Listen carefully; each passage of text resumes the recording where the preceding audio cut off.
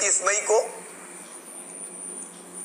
जो कोरोना की रिपोर्ट मध्य प्रदेश की आई है 3 गुना हो गई है। हमने सर्वे, स्क्रीनिंग, सैंपल, टेस्टिंग, आइसोलेशन,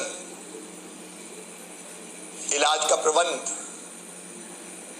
अस्पतालों की व्यवस्था सब ऐसी की है कि जिसके सुपरिणाम अब धीरे धीरे आ रहे हैं। टेस्टिंग की क्षमता जो केवल 60 थी जब मैं मुख्यमंत्री बना, अब बढ़कर 100 गुना बढ़कर 6000 हो गई है। इस बीच हमने एक और काम किया है, फीवर क्लिनिक्स खोलने का। हर व्यक्ति अस्पताल क्यों जाए? अगर सर्दी जुकाम साधारण कोई बात है तो फीवर क्लिनिक में जाए। अगर जरूरत होगी चेकअप के बाद तो अस्पताल भेजे जाएंगे, अन्यथा दवा देके घर भेज दिए जाएंगे। अस्पतालों का बोझ कम होगा। 1500 फीवर क्लिनिक अभी काम कर रहे हैं। लगातार हम इनकी संख्या बढ़ाते जाएंगे ताकि अस्पतालों का बोझ कम हो। हमने रोग प्रतिरोधक क्षमता बढ़ाने के भी इस बीच में अनेकों प्रयास किए हैं। आयुर्वेद, योग, होम्योपैथी, अपना काढ़ा, प्राणायाम, इससे भी रोग को नियंत्रित करने के लगातार उपाय किए जा रहे हैं। मेरे बहनों और भाइयों, कोरोना का संकट हमारी अर्थव्यवस्था को चौपट सा कर गया। हमारे कई प्रवासी मजदूर भाई और बहन जो अलग अलग प्रदेशों में काम के लिए गए थे, उद्योग धंधे, काम, रोजगार बंद हो जाने के कारण उनको अपने घरों की तरफ लौटना पड़ा। हमने मध्य प्रदेश में बसों से, ट्रेनों से अपने प्रदेश के 6 लाख से ज्यादा प्रवासी मजदूरों को उनके गांव, उनके घर पहुंचाया। और केवल मध्य प्रदेश नहीं, मध्य प्रदेश तो देश का दिल है। अगर हमारे प्रदेश की धरती पर भारत मां का कोई भी नागरिक किसी भी कोने से आया, महाराष्ट्र से, गुजरात से, आंध्र, तमिलनाडु से, तेलंगाना से, अगर उत्तर प्रदेश, बिहार, छत्तीसगढ़, झारखंड, बंगाल के लिए निकला तो हमने उसको फिर पैदल नहीं चलने दिया। बसों की व्यवस्था की, भोजन, चाय, नाश्ता। धन्य मेरे मध्य प्रदेश की जनता, आप सब। कई जगह प्रशासन के साथ मिलकर स्वयंसेवी संगठनों ने उनके पांव में जूते और चप्पल पहनाने का भी काम किया। संकट की इस घड़ी में मध्य प्रदेश जैसे सेवा करने निकल पड़ा। लेकिन एक और संकट है, वापस तो आ गए, रोजगार कहां प्राप्त करें? हमने श्रम सिद्धि योजना प्रारंभ की और मुझे बताते हुए खुशी है कि श्रम सिद्धि योजना के अंतर्गत लगभग 5,40,000 नए जॉब कार्ड बने हैं और आज 23,40,000 से ज्यादा मजदूर पूरे प्रदेश में मनरेगा योजना के अंतर्गत काम कर रहे हैं। उनको रोजगार प्राप्त हो रहा है। हमने एक अभियान और प्रारंभ किया है, वो अभियान है स्किल मैपिंग का अभियान। मतलब हमारे कई प्रवासी मजदूर भाई और बहन जिनके हाथों में हुनर है, जो कुशल मजदूर है, उनको काम आता है, हम उनकी सूची बना रहे हैं, मैपिंग कर रहे हैं, पोर्टल बना रहे हैं। एक तरफ ये कुशल मजदूर और दूसरी तरफ वो कल कारखाने, अधोसंरचना के क्षेत्र में होने वाले काम जिनमें कुशल मजदूरों की आवश्यकता है। करने वाले अपनी आवश्यकता इस पोर्टल पर दर्ज कराएंगे। को काम चाहिए उनकी सूची होगी, तो जिनको काम चाहिए और जो काम देने वाले, रोजगार देने वाले, उनके बीच सेतु बन जाएगा ये पोर्टल, रोजगार सेतु। मेरे प्रिय मजदूर बहनों और भाइयों, हमारी भरपूर कोशिश रहेगी कि हम आपको रोजगार उपलब्ध कराएं। मेरे प्रवासी मजदूर भाइयों और बहनों, हम एक फैसला और कर रहे हैं। जब कोई मजदूर अगर बाहर के प्रदेश में काम करने जाएगा तो ये जरूरी होगा कि वो कलेक्टर के पास एक व्यवस्था हम बना रहे हैं, वहां रजिस्ट्रेशन करवा कर जाए, ताकि हमें पता रहे कि हमारे प्रदेश का कौन मजदूर भाई बहन कहां है, ताकि हम उनका ध्यान रख सकें। हम प्रवासी मजदूर कमीशन भी बनाने जा रहे हैं, दीर्घकालीन समाधान के लिए। हर एक ये चाहता है कि उसके प्रदेश में, गांव के आसपास ही अगर उसे काम मिल जाए तो क्यों बाहर जाना पड़े। एक नया प्रयास हम प्रारंभ करेंगे। माननीय प्रधानमंत्री जी ने कहा लोकल को वोकल बनाना है, यहां लोकल ही काम मिल जाए।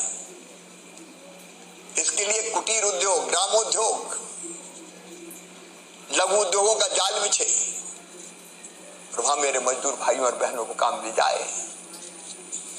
इस अभियान पर भी हम लगेंगे। मेरे बहनों और भाइयों, संकट की इस घड़ी में महिला स्वास्थ्य सहायता समूहों ने कमाल का काम किया है। मास्क बनाने के काम में लगी है मेरी बहनें, और ये काम लंबे समय तक चलेगा। उनके बनाए हुए मास्क प्रदेश की सरकार खरीद लेती है, उनको रोजगार मिलता है, लोगों को मास्क मिलते हैं। हमने फैसला किया कि हम स्कूल की जो यूनिफॉर्म इस साल बनने वाली है वो अपनी बहनों से ही बनवाएंगे। महिला सेल्फ हेल्प ग्रुप से लगभग 360 करोड़ रुपए की राशि इसके कारण उनके खाते में जाएगी। हम पोषण आहार जो आंगनवाड़ियों में देते हैं वो भी इन्हीं सेल्फ हेल्प ग्रुप से बनवाएंगे। लगभग 1400 करोड़ रुपए का काम मिलेगा और मेरी बहनों की आमदनी निश्चित तौर पर बढ़ेगी। मेरी बहनों, सेल्फ हेल्प ग्रुप का बैंक लिंकेज, कम ब्याज लगे इसके लिए योजना, वो मैं जल्दी लाने वाला हूं। लेकिन लॉकडाउन के कारण मेरे वो व्यवसायी भाई और बहन, छोटे व्यवसायी, गुमटी में, हाथ ठेले में, फुटपाथ पर रखकर सामान बेचने वाले, इनके काम धंधे कई दिनों से ठप पड़े। अब हम आरंभ करने वाले हैं, जल्दी हम रजिस्ट्रेशन शुरू करने वाले हैं ऐसे बहनों और भाइयों का।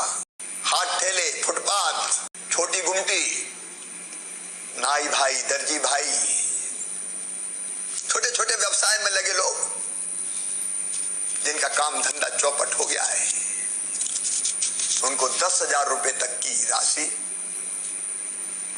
बैंकों से दिलवाएंगे और उसकी गारंटी हम लेंगे लोन चुकाने की। और प्रधानमंत्री जी के आशीर्वाद से 7% ब्याज भी हम भरेंगे। उनको सब्सिडी की योजना भी बना रहे हैं। चिंता मत करना, भरपूर कोशिश करूंगा कि आपके काम धंधे फिर से खड़े हो जाएं और आपकी जिंदगी को फिर रफ्तार मिले। हमने संकट की इस घड़ी में अपने किसानों को सहयोग देने में कोई कसर नहीं रखी है। मेरे अन्नदाता बहनों और भाइयों, बाकी उद्योग ठप हो गए, लेकिन मैं आपको बधाई देता हूं, अन्न के उत्पादन के सारे रिकॉर्ड आपकी मेहनत ने तोड़ दिए। गेहूं का बम्पर उत्पादन। मैं जब मुख्यमंत्री बना, गेहूं खरीदी की पिछली सरकार ने कोई व्यवस्था नहीं की थी। आनन फानन में व्यवस्थाएं खड़ी की गई। अंदाज हमारा था पिछले साल लगभग 60 लाख मीट्रिक टन गेहूं खरीदा गया है। इस साल 100 लाख मीट्रिक टन गेहूं खरीदा जाएगा। 100 लाख मीट्रिक टन के बारदानी, व्यवस्थाएं, भंडारण। लेकिन अन्नदाताओं कमाल कर दिया आपने तो। अब तक 1 करोड़ 22 लाख मीट्रिक टन से ज्यादा गेहूं खरीदा जा चुका है। चारों तरफ गेहूं गेहूं, रखने का स्थान नहीं है। लेकिन वो चिंता ना करें। जिन जिलों में खरीदी देर से शुरू हुई और पूरी नहीं हो पाई, उनकी तिथि जिलों की आवश्यकता के हिसाब से हम बढ़ा देंगे। अगर किसी जिले में कोई केंद्र खरीदी में कोई किसान शेष होगा तो उसके गेहूं को भी खरीदने की व्यवस्था की जाएगी। लेकिन केवल गेहूं नहीं, गेहूं के साथ साथ चना, मसूर, सरसों, इसकी खरीद भी चालू है। हमारे बुंदेलखंड में विदिशा, रायसेन, नरसिंहपुर जैसे जिलों में भी चने के साथ थोड़ा तिवड़ा आ गया। अब तिवड़ा ठेसरी दाल कहलाता है। स्वास्थ्य विभाग उसको स्वास्थ्य के लिए हानिकारक मानता है, इसलिए तिवड़ा मिश्रित चने की खरीद नहीं हो पाई। लेकिन मैं प्रधानमंत्री जी को धन्यवाद देना चाहता हूं। 2% तक तिवड़ा अगर होगा तब उसकी खरीदी की अनुमति दी जाएगी। उसलिए वो खरीदी भी हम प्रारंभ करेंगे। एसएमएस आपके पास आएंगे। क्योंकि देर इसलिए इस खरीदी की तारीख बढ़ाकर जून कर दी गई है। 30 जून के काफी पहले निपटा लेंगे, क्योंकि 15-20 के आसपास मानसून आने वाला है। लेकिन कोई रह जाए तो 30 जून का खरीदेंगे। हमने ये फैसला भी किया है, किसानों को केवल 0% ब्याज पर ही कर्ज दिया जाएगा। बाकी राशि हम भरते हैं अपने खजाने से। पिछली सरकार ने इसे बंद कर दिया था।